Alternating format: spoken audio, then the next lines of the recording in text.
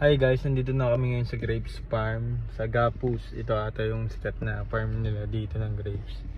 Ayan, nakikita nyo. So, sa labas pa lang, marami ng ano doon.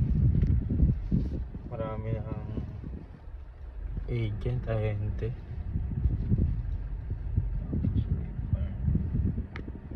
Ayan, nakikita nila.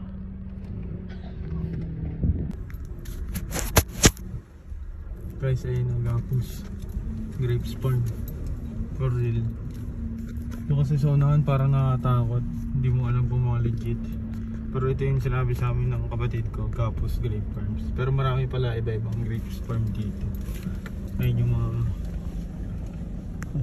yung mga sinampay nila, yan. Ang dami. Yan yung mga pipik namin, yung mga sinampay nila. Guys, nandito tayo ngayon sa Gapus grape farm. Ito si Kuya, yung nag-a-assist sa atin. Anong pangalan mo? Chad po. Ayun si Kuya Chad. Kuya Chad, shoutout ka naman. Shoutout mo yung mga tropa dyan. Shoutout po kay Ghost Sky. Sino ba? Yung mga kasama ko po. Ayan yung ating grapes farm. Ang sinasabi ni Kuya, hindi pa daw season ng picking ngayon. Opo, sir. Yan po yung may-ari. Hello po, magandang hapon po. Ayun, ito daw si Ma'am yung may-ari. Ito si Ma'am Gapus. Oh, ayan si Ma'am Gapus. Hi Ma'am Gapus. Apo, hello po. Ito ang may-ari ng mismong farm ng grapes. Siya yung Gapus. So, nandito tayo ngayon sa lugar niya para ano lang, picture lang, video, tapos wala kasing picking ngayon.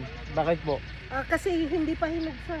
Ayun, po na hindi hinog. Hindi pa daw hinog. So, kailan po ang end of the month po. End of the month.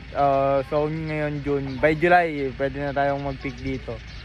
So, yung mga gustong pumunta dyan, next month tayo pumunta kasi hindi season ng picking ngayon. So, ang gagawin natin, titingin lang tayo ng mga product nila, mga juice daw. Kaya let's go. Ma'am, ano pangalan nila? Lisa Gapus po. Ayan, si Ma'am Lisa Gapus, ang may-ari ng farm na to. Let's go! Ayan ang original na Gapus. Sila po yung nag-start ng grapes farm. Paano kayo nagsimula? Nagsimula po yung father-in-law ko ng, ng 1980 pa siya. Oh, 1980 guys. Tapos, paano kayo nag-start dito? Yung... Ngayon po, nag-start hindi na ako 1980 pa. Although, ang unang nag-start ng grapes farm is yung pinsan nila na si Lumboy. Sila po yung unang Ngayon, tanong ko na, gano'ng kahirap magpatubo ng grapes sa Pilipinas? Ang consequence lang po yung tagulang po ang nahihirapan ng mga pero okay naman po siya. Ang kailangan ba ng grapes ay malamig na panahon? Hindi po, naman. mas gusto niya gano'n yung init. Katulad dito sa Pilipinas. Yes po. So, ayun guys, narinig natin kay Ma'am Gapus na okay naman magpatubo ng grapes dito sa Pilipinas. Tapos ang consequence lang is yung rainy season. Ayan, rainy season. Sa mga peste po, may mga na-encounter na peste? Ang peste po na na-encounter namin yung mga mites, yung malumilipad. Yun lang po, saka mga uod. Yan, mga uod. Talagang number one yan sa pananim. Kahit sa palay, kahit sa anong prutas naman po, yung mga fruit flies, yun ang nakakasira po. Sa ngayon po, gano'n na kayo katagal dito? Asap na po ka... Bilang kayo nagmamanage po? Pang 3 years ko pa lang po ito. 3 years. Opo, pang 3 years po kasi yung dati po yung brother-in-law ko namatay na. Kaya wala pong kaya bumalik kami. Kayo po ang kami na ngayon patuloy. Yung nagpatuloy po.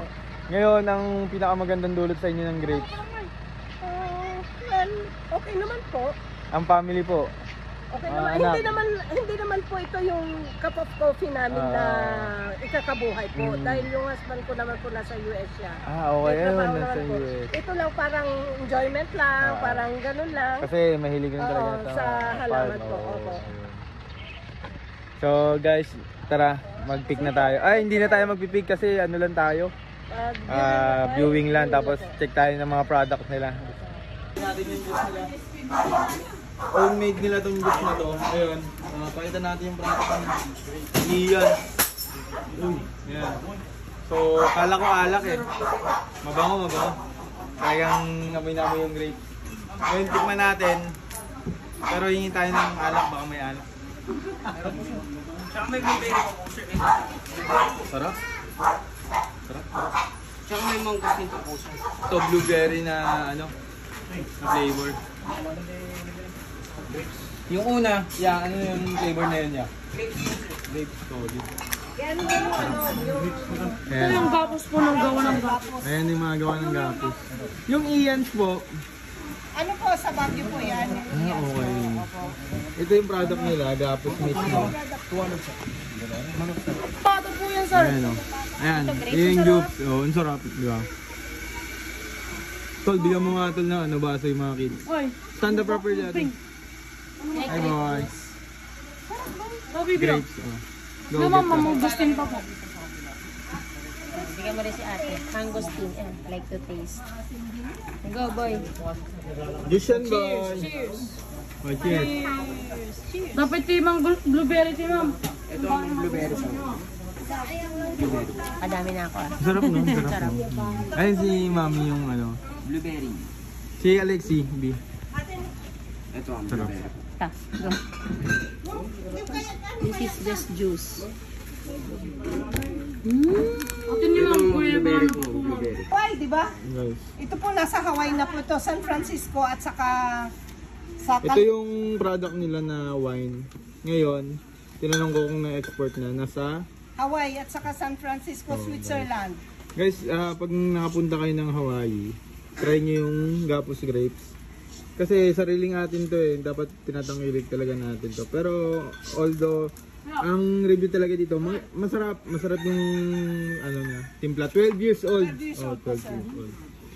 So, bakit pa natin bibili ng ibang ano, alak?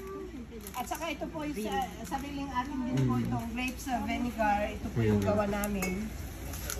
Guys, so, ang dami nilang ano, mga product. May mga honey yan, mami. Ito po ang honey. Oo, Ito po gawa din ng Gapos grapes farm po, turmeric. turmeric powder. Yan. Turmeric powder. Grabe oh. Dami nilang product. Ay, dyan. Ay, you want Pakikita to mo drink na. pa daw. Oh, Want to drink pa. what do you want? Masarap, boy? Sarap? Oh. Yung grapes daw, grapes. Ito yun, no? Mamaya, bibili tayo niyan. Kuya, ito yung Ian. Patikin mo nga yung Ian. Ayan, nasarapan yung anak ko. Di alam na kung anong bibilin. Yes. Ito daw, grapes daw siya. Check natin kung paano sila mag-process ng kanilang alak. Ready na namin ilagay sa oxer sa Tarlac. Ito ay stock na nila, guys. Hindi, ito first step pa lang po. First step pa lang ngayon. Ito kasi first Papakita step pa sa lang atin ni Mami. Opo. Ito po ang first step namin. Kasi Oh, guys, inaano po kasi ito para hindi... Walang sikreto. Ito, pinapakita talaga nila kung paano ang... Yan. Yan po yung first na ano po. Yan po yung first. Ang bango, guys. Kung paano gagawin po. Bango. Arlene! Grabe, ang bango. Sandali Oh. sir. You like to smell, ate? It smell good. That's the grapes. Boy, here. Bango? Present po, ito yung gagawin namin. Ito yung pinanghahalo po. Kasi ito dapat Ayan, hinahalo stirrer po. nila. Yan. Okay. Ito po yung hinahalo. Gaganyanan po po. Ang bango. Yan. Gano'ng katagal na po yan? Ano na po ito? 3 months na po ito. Ito yung first step, sir. Ito yung first step.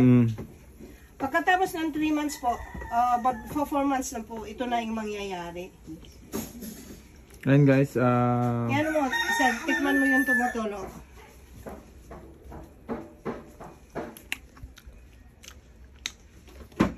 so ngayon, itong unang process, hindi pa siya ganun kalasa. Opo, hindi po yung unang kalasa. Ito na yung next sa, sir, yung mag-6 months na po siya. Ito yung 6 months daw, so Opo.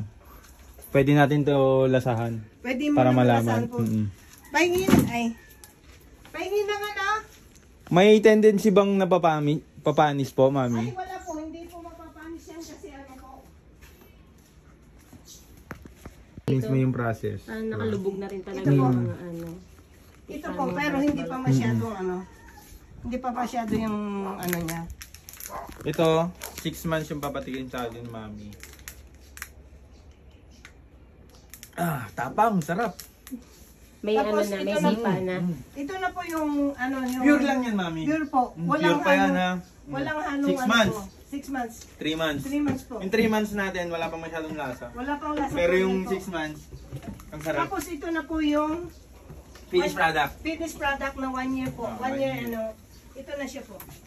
Ngayon, ready to oak na po. Lalagay na po sa Mataas-taas kakao. na yan. Mataas-taas, parang Mataas na ang tama niya. parang kailangan natin ng pulutan nito, ah. Ilalagay na po sa carboy yan. Sa carboy. 1 year. Tapos ilalagay sa Carboy. carboy. Yung sa, ano, sa Battle. battle na Ay, malaki. battle. Yung battle. Try natin guys, ha. Medyo kinakabahan ako kasi 1 year na to. Baka matapang na to. Yan. Hindi pa po masyadong matapang, sir. Sarap. Sarap ng lasa. Wala siyang init sa katawan. Pero Talagang- pagdating mo, sir, mamaya, may init na yan. Nako. Ay, meron niya. Totoo. Ayan na. Ayan na. Yes po. Pero masarap, masarap guys. Sarap. Parang, Gusto mo pa? kaysa tayo oh, sarap po. May aftertaste, oh. Gusto mo? May aftertaste na siya, sir. Oo, di ba? Mainit na. Mainit na guys.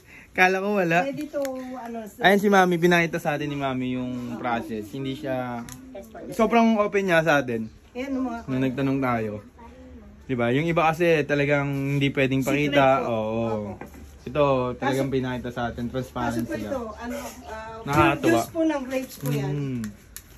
Yun, so ngayon ang manufacture nila is nasa Tarlac. Nasa Tarlac po. Ito dadalhin na po para sa ano, sa i-ferment na Ayun, namin po, fermentation daw. sir. Fermentation sa oak po. Sa oak. Galing. Sobrang solid yung alak. Parang gusto ko pa. Ang sarap. Fermentation na po sa Ayan guys, so, life is better. Life is better on the farm. Ayan. Ayan, so mag-iikot kami guys. Ayan, para makita natin yung grapes.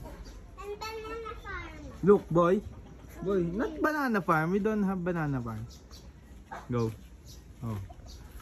Next time na tayo mag-picking. You look. Go. Ayan yung mga grapes. Ang dami. Sobrang nakakatuwa. Ito ang native na grapes. Dito talaga sa atin sa Pilipinas. Yes. Can I get some grapes? What grapes? Juice? I know. It's not yet picking season, boy. It's hilaw pa. Yan na. Picture ka ate like this.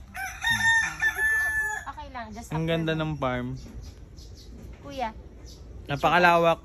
Ito pa lang yung aming pinupuntahan. Parang isang station kung baga. Hi Alexi. No picking muna ha. Say hi, Papa. 5, 4, 3, 2, 1. You go first. You look at. Look at the camera. Go. Go Here ate. boy. Kawit boy. One more. Here. You look straight lang ha. Pero you look at the camera ha. Go. You look at the camera. Go. Go boy. Look.